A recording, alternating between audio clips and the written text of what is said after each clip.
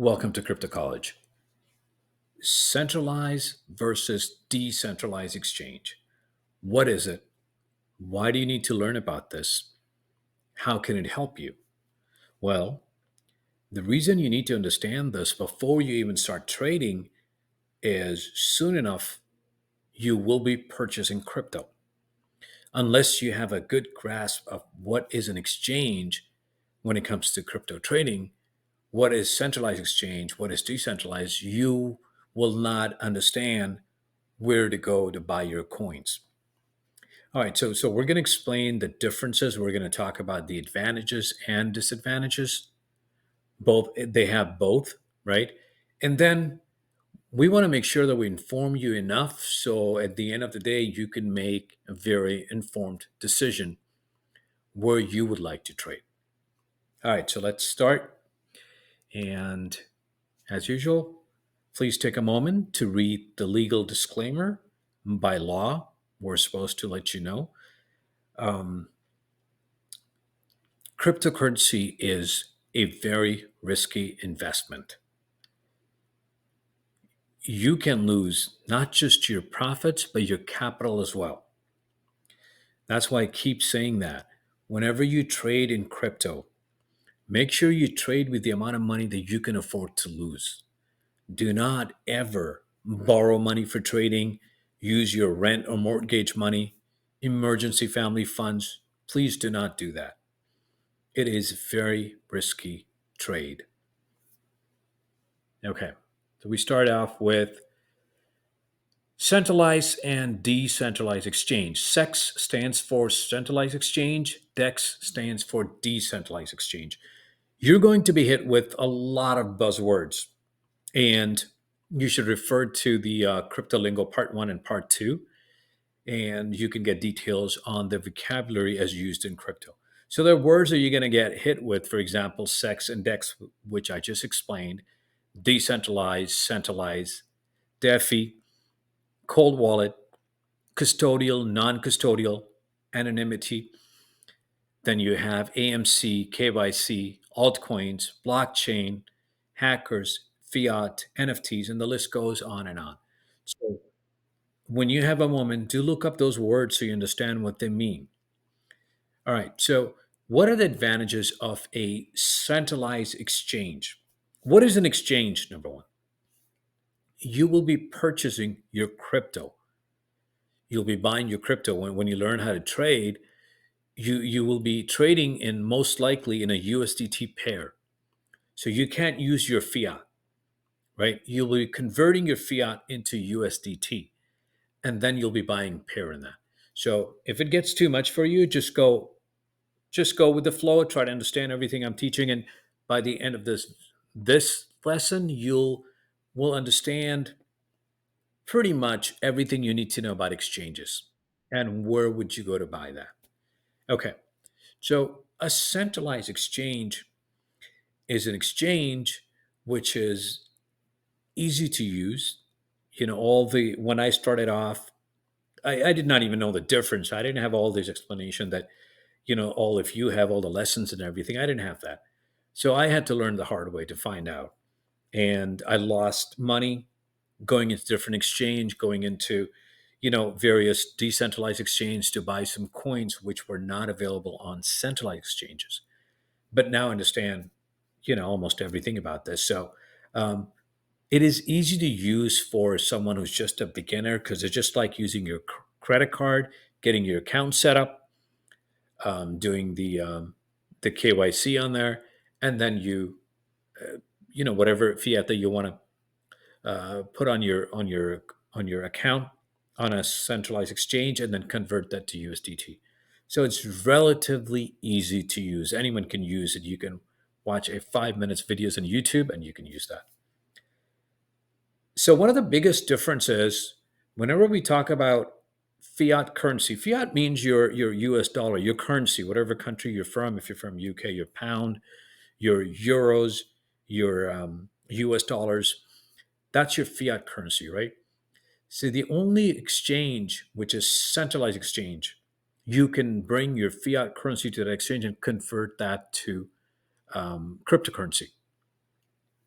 They have custodial wallets, meaning the money that you have on there, it's under their control. It's not under your control. It's just like a bank. When you deposit money in there, yes, it's your $1,000, but you got to go through a set of rules to withdraw that money or deposit that money. But once you do that and they accept your deposit, it's under their control. That same thing with a centralized exchange. Centralized exchanges do allow you to hold your own money if you wanted to. In my case, this is what I do. I use a cold wallet. With all the stuff that's going on with FTX and some of the exchanges, which you guys know if you're into crypto, you follow crypto news, the past couple of years have been going, belly up, going under. So it's good to have your own cold wallet where you cold storage or cold wallet where you keep your crypto and no one has access to it. All right, we're gonna cover that in a different lesson how to do that. That's where the money stays on a decentralized exchange, right? So anyway, that's cold wallets. Centralized exchanges allow you to do that. You don't need to remember your seed phrase, which is very long, and sometimes you have to follow the same order. So you don't need all that because centralized exchange have a certain password that you log onto your account and you keep your money. So rather simple to log in, log out. And that's a reason that 99% of the people that are trading in crypto use centralized exchanges. Now, what are the advantages of a decentralized exchange? The transaction fees are very low. They run on blockchain, so you don't have to do KYC. With centralized exchange, most definitely you will have to give your state ID, your driver's license, or your state ID, or your passport, and then do a face recognition on the app. And this is required by the law because you're selling your fiat currency and you're getting crypto. But when it comes to DEX, decentralized exchange, there is no KYC needed because they don't convert your fiat. You cannot bring your fiat. You would have to have crypto already. You have to own crypto already to go on there to convert that or buy different coins. That's a major difference. You cannot bring your fiat onto DEX and try to convert that. Security, people feel secure because one of the reasons is because you have your own wallet, you have your own keys. You know the saying, and in crypto world, not your keys, not your coin, right? So you have your own keys, you have your own wallet, and you just bring it on to DEX to do the transaction, and then you pull it out.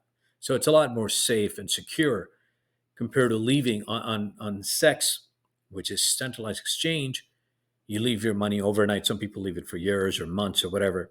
So, that's not the same level of security people feel with DEX. Also, another advantage is that you can buy altcoins, NFTs, a lot of coins that are not available on CEX, you can buy on DEX. You have total control. You control your wallet, you control your money, you control, rather, crypto, you control what you do with this, right? You don't have the same on CEX, which is the centralized exchange. All right, so now we talked about the advantages. Let's go into the disadvantage of both. So we're going to start off with CEX, centralized exchange. Prone to hack. The reason being, hackers always go where there is money, right? There is a lot of money on centralized exchange. Remember, we talked about easy to use. 99% of the people use it, so that means there's a lot of money on there. That's why the hackers look for ways to attack and crack in so they can, and you're going to hear news about many exchanges that get hacked. So it's prone to hack. They have a high transaction fee. Sometimes they have multiple fees. You you converted some fiat to, let's say, USDT, you paid a fee for that. Now you want to transfer that to a different exchange where you're trading, you have to pay a fee for that. You might be doing some other things on the exchange, you have to pay a fee for that. So accumulative, quite a bit of fees, high in transaction fees. A lot of new coins are not available. CEX, they're very picky with listing coins. Certain coins, you will not find them on certain exchanges. And probably that coin has to reach a certain level before, if it will get listed on centralized exchanges.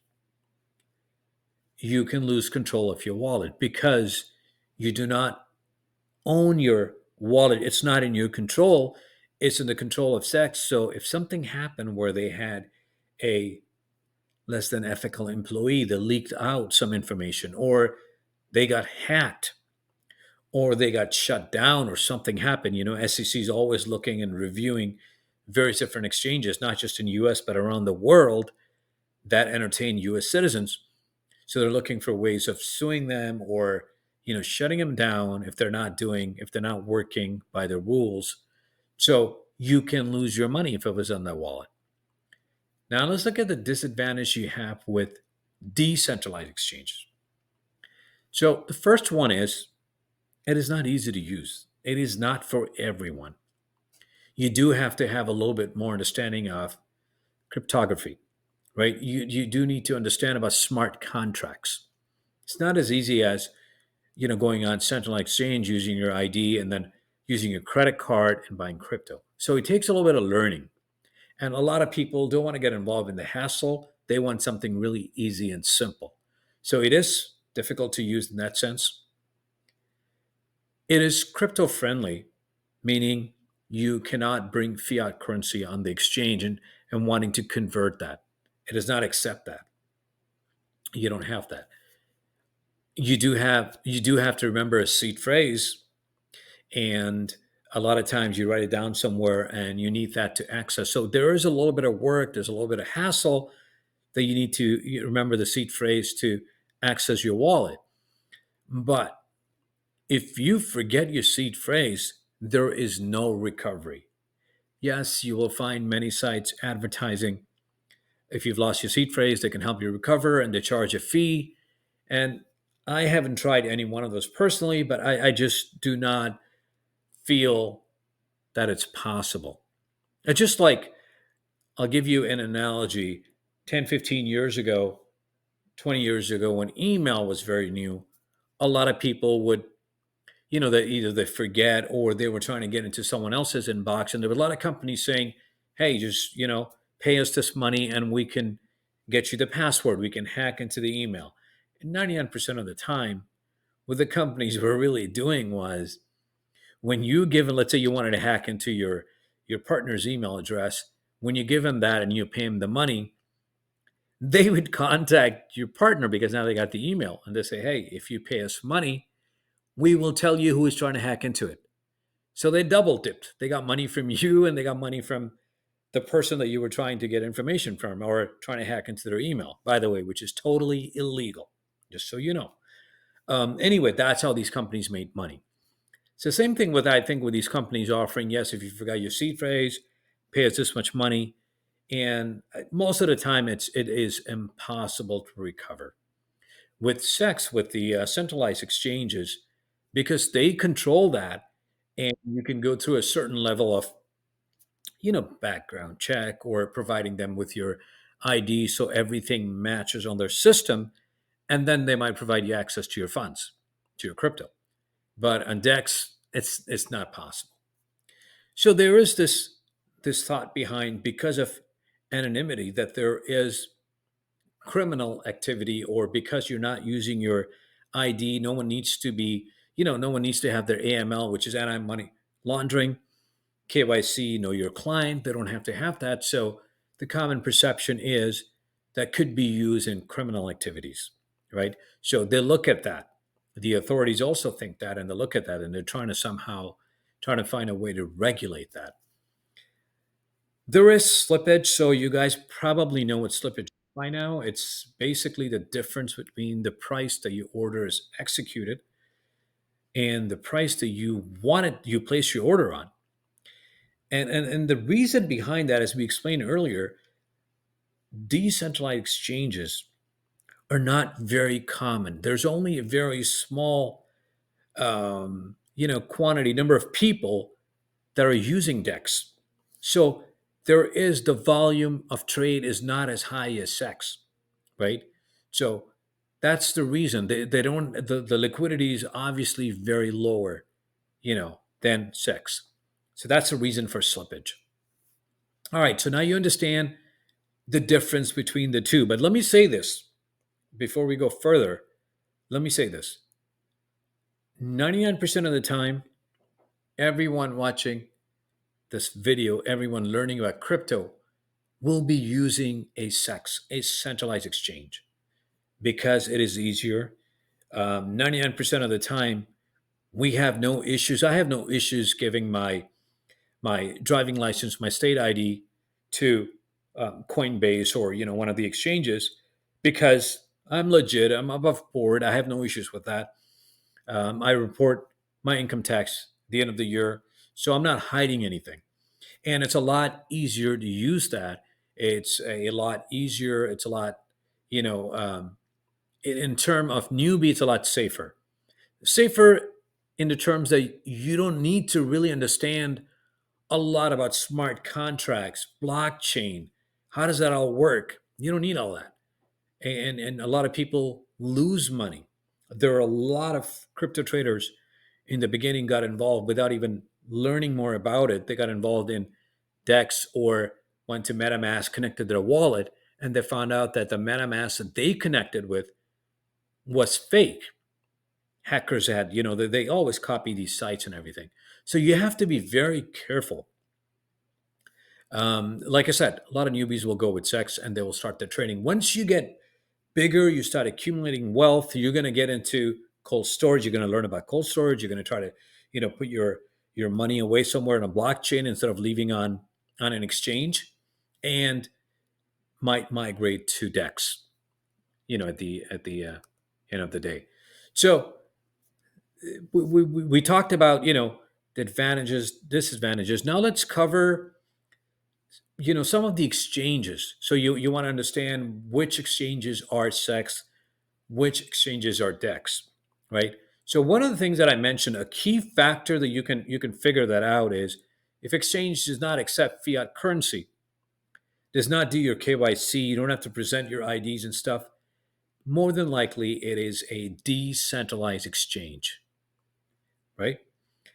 So for centralized exchange, where you can use your credit card, you can transfer money, would be exchanges like Binance, exchanges like Kraken, Coinbase, which I use. Very simple. It's an app that I have on my phone, and it's really easy to connect whenever I need money or I need to load up money. I have banks and cards connected with that. So over the time, because I've been using it for a while, my limit is very, very good. But when you start out first, I don't think you will get more than $1,000. I think they restrict the account, and that's for your safety in case, because they understand you're learning the process, right? Although they've done your KYC, but you're still learning the process. So they will start you off small, I think $500 to $1,000. And as you go, keep trading, they'll increase your limit up to, I think, half a million, $1 million, $250,000. They'll go up slowly. So I use Coinbase myself. I also use Binance, but majority of the time I use Coinbase. So you have these four, which are very big, very known, and these exchanges are used.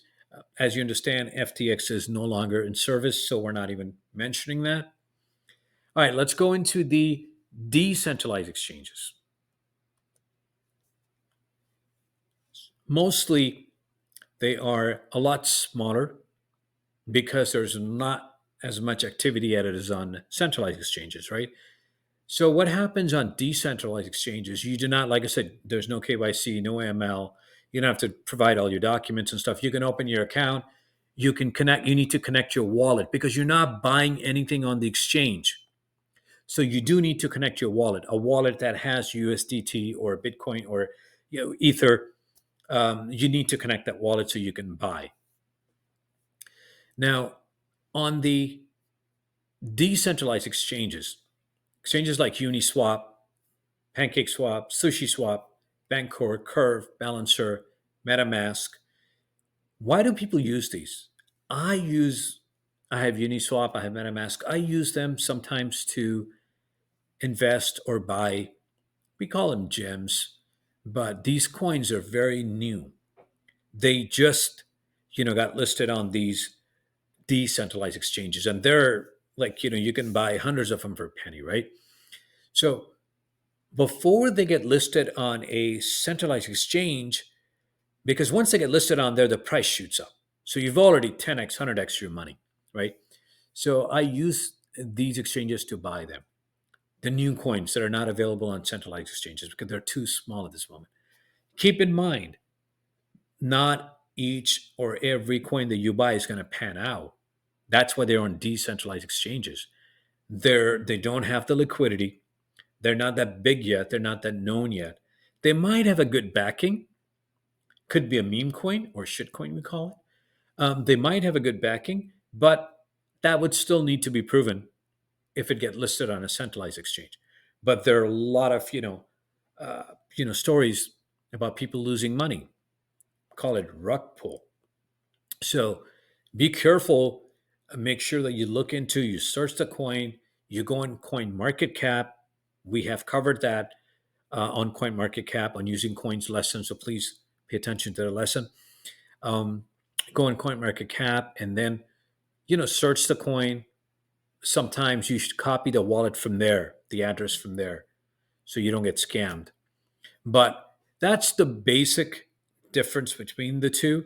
And like I said, more than likely, you guys will be using centralized exchanges like Binance, Coinbase. Most of the time, they'll be using that.